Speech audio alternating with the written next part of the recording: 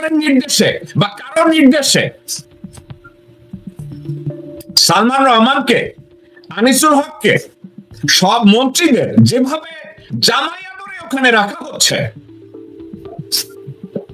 তারা এখন এই জামাই আদরটা যাদের প্রাপ্য না তাদেরকে জামাই আদর দেওয়া হচ্ছে, অথচ এই লোকগুলো বাংলাদেশের জনগণের উপর স্টিম রোলার চালিয়েছে, বিএনপির হাজার হাজার কর্মীদের উপরে অত্যাচার করেছে, জামাত ইসলামের হাজার হাজার মানুষদের উপরে অত্যাচার করেছে, ফিজিক্যালি তাদেরকে পঙ্গু বানিয়ে দিয়েছে, তাদেরকে মেরে ফেলেছে, তাদের বউয়ের কাছ থেকে আলাদা করেছে, মায়ের কাছ থেকে আলাদা করেছে, সন্তানদের কাছ থেকে আলাদা করেছে, অথচ এই কুত্তার বাচ্চাদের এখন হাজতে নিয়ে জামাই আদরে রাখা হচ্ছে ওয়াকারের নির্দেশে।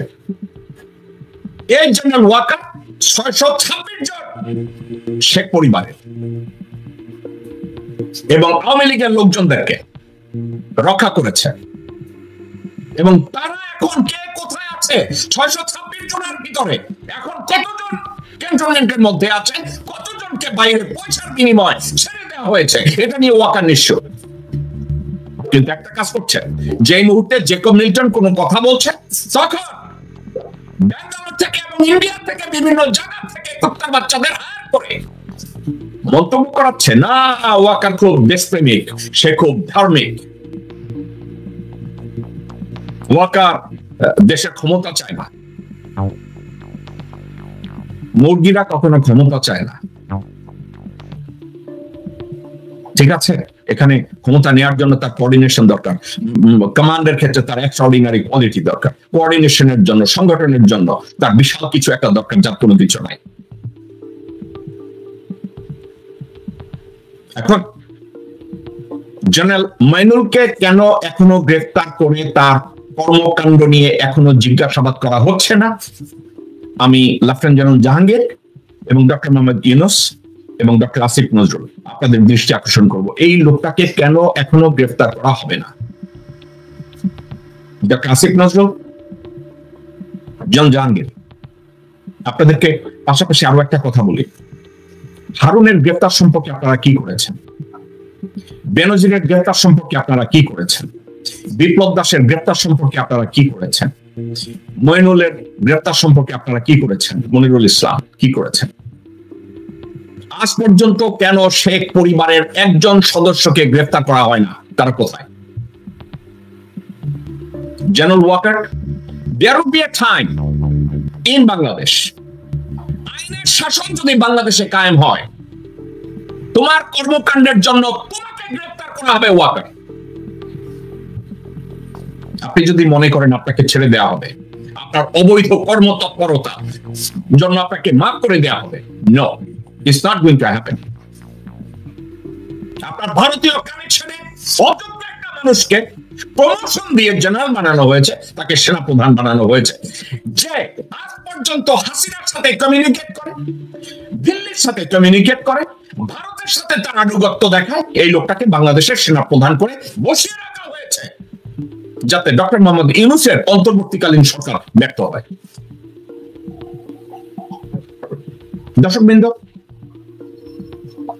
আমি এই ওয়াকার, তাকে নিয়ে আমি গত 2-3টা শোতে আমি যখন ওয়াকারের বিভিন্ন বিষয় নিয়ে আমি কথা বলেছি, সে কয়েকটা বিষয়ে আমার মতামতকে চ্যালেঞ্জ করে কথা বলার জন্য দিয়েছে, এবং যে মতামতগুলো দিয়েছে আমি এই মতামতগুলো আপনাদের সাথে শেয়ার করতে চাই।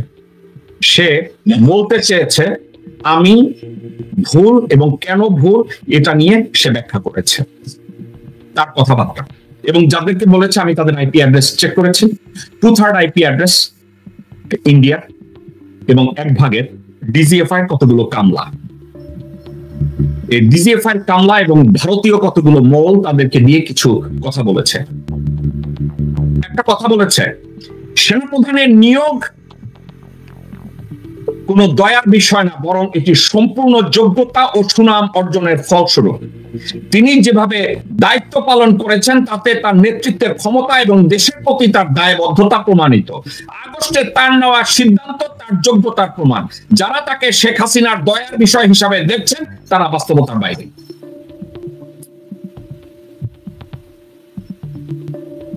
ব্রিগেডিয়ার জেনারেল হাকিম বলেছে যে তার ক্যারিয়ারের ধ্বংসের এবং তার অধপতনের, তার যে প্রমোশন হয় নাই এবং তাকে যে জাহান্নামের চৌরাস্তায় গিয়ে বাইরে দাঁড়িয়ে থাকতে হয়েছে, তার কারণ ওয়াকার। 2009 সালের 25 ফেব্রুয়ারি বিডিআর এর সামনে যখন 17 বেঙ্গলকে অ্যাসাইন করা হলো, ব্রিগেডিয়ার জেনারেল হাকিম নিজে ওখানে দাঁড়ানো ছিলেন এবং ওয়াকার তৎকালীন মেজর ফোন নিয়ে 20-25 গজ দূরে গিয়ে যায় আর আসে, ব্রিগেডিয়ার জেনারেল হাকিমের সামনে এসে 10 মিনিট কথা বলে এবং হাকিমের সামনে এসে বলে, এটা প্রাইম মিনিস্টারের ফোন ছিল, আপা বলেছে ভিতরে মিলিটারি অপারেশন চালানো যাবে না। ওয়াকার, এটা ছিল আপনার যোগ্যতা? নাকি আপনি মির্জাফর, সিরাজউদ্দৌলার পলাশীর প্রান্তরে ইংরেজদের বিরুদ্ধে যখন যুদ্ধ করা উচিত ছিল তখন জাফরের মতো আপনি সোজা নিয়ে দাঁড়িয়েছিলেন? এটা আপনার যুক্তি যে আপনি যথেষ্ট যোগ্য ছিলেন? জেনারেল ওয়াকার, আপনি মোটেও যোগ্য ছিলেন না।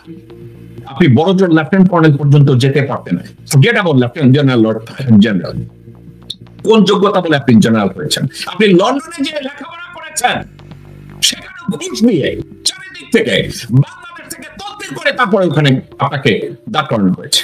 অনেকে আমাকে জিজ্ঞাসা করেছে যে ভাই লন্ডনে কিভাবে ঘুষ দেয়, কিভাবে দেয়? টিউলিপ সিদ্দিককে যেভাবে ওখানে এমপি করা হয়েছিল আপনারা জানেন। বাংলাদেশের রেহানা ঘুষ খেতে খেতে লোকজনদেরকে বলেছে তোমরা লন্ডনে গিয়ে পলিটিক্যাল ডোনেশন দাও, লেবার পার্টিতে পলিটিক্যাল ডোনেশন দাও। ডোনেশন দিতে দিতে একটা কথাই বারবার বলা হতো, টিউলিপের মতো ঘোড়ামুখী অসৎ হারামজাতিকে ওখানে যেন নমিনেশন দেওয়া হয়। এভাবে ঘুষ পশ্চিমা বিশ্বে পলিটিক্যাল ডোনেশন, সেখানে তদবির করে ওয়াকারকে ক্লাসে ভর্তি করানো হয়েছিল। কোন ভর্তি পরীক্ষায় ওয়াকার ওখানে পাস করে নাই। তো ওয়াকার, আপনি যাদেরকে দিয়ে এই কমেন্ট গুলো ভারত থেকে এবং বাংলাদেশ থেকে আপনারা করান, এই লোকগুলো গাঞ্জুকি, এরা লেখাপড়া জানে না। এদের কারণে লেখাপড়া করাইয়া লজিক্যাল কথা বলেন যেগুলো নিয়ে অ্যাটলিস্ট আমি কথা বলতে পারি। আরেকটা কামলাকে দিয়ে লিখিয়েছে সেনাপ্রধানের কাজ দেশের সার্বভৌমত্ব ও নিরাপত্তা রক্ষা করা। জেনারেল ওয়াকার, এ ধরনের কামলাদের কথার জবাব কি আছে? দেশের সার্বভৌমত্ব এবং নিরাপত্তা রক্ষা করার কাজ আপনার না। প্রতিরক্ষা মন্ত্রী অথবা সরকার প্রধান আপনাকে যদি বলে, এখানে অ্যাসাইন করে যে তুমি এই কাজটা করবা, তখন তুমি ওখানে দায়িত্বপ্রাপ্ত হবা। তোমার নিজের থেকে বাংলাদেশের সার্বভৌমত্ব এবং অস্তিত্ব রক্ষায় ওয়াকার সেনা প্রধান নিজের থেকে কোনো সিদ্ধান্ত নিতে পারে না। আপনি কি ওয়াকার? আপনার মাথায় কি ঘিলু আছে? আপনি কি শুয়োর নাকি আপনি একটা হারামজাদা? বেকুব নাকি আপনি? কোন দেশের সেনা প্রধানের এই ক্ষমতা নাই নিজের থেকে সার্বভৌমত্ব অথবা নিরাপত্তার প্রশ্নে। He cannot make any decision by himself, Walker. You do not have authority to make a decision. You are just a servant of the republic. আপনি প্রজাতন্ত্রের বেতনভুক্ত সামান্য একজন কর্মচারী। আপনার মতো একটা কর্মচারীকে দেশের সরকার প্রধান অথবা প্রতিরক্ষা মন্ত্রণালয় আপনাকে যদি বলে যে এখানে তোমাকে এই টাস্ক